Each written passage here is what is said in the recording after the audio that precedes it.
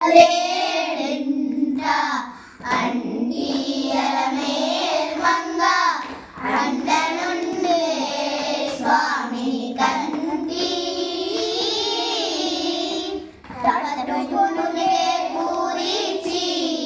చెడలను చేరిచి పడగట్టి చడిచి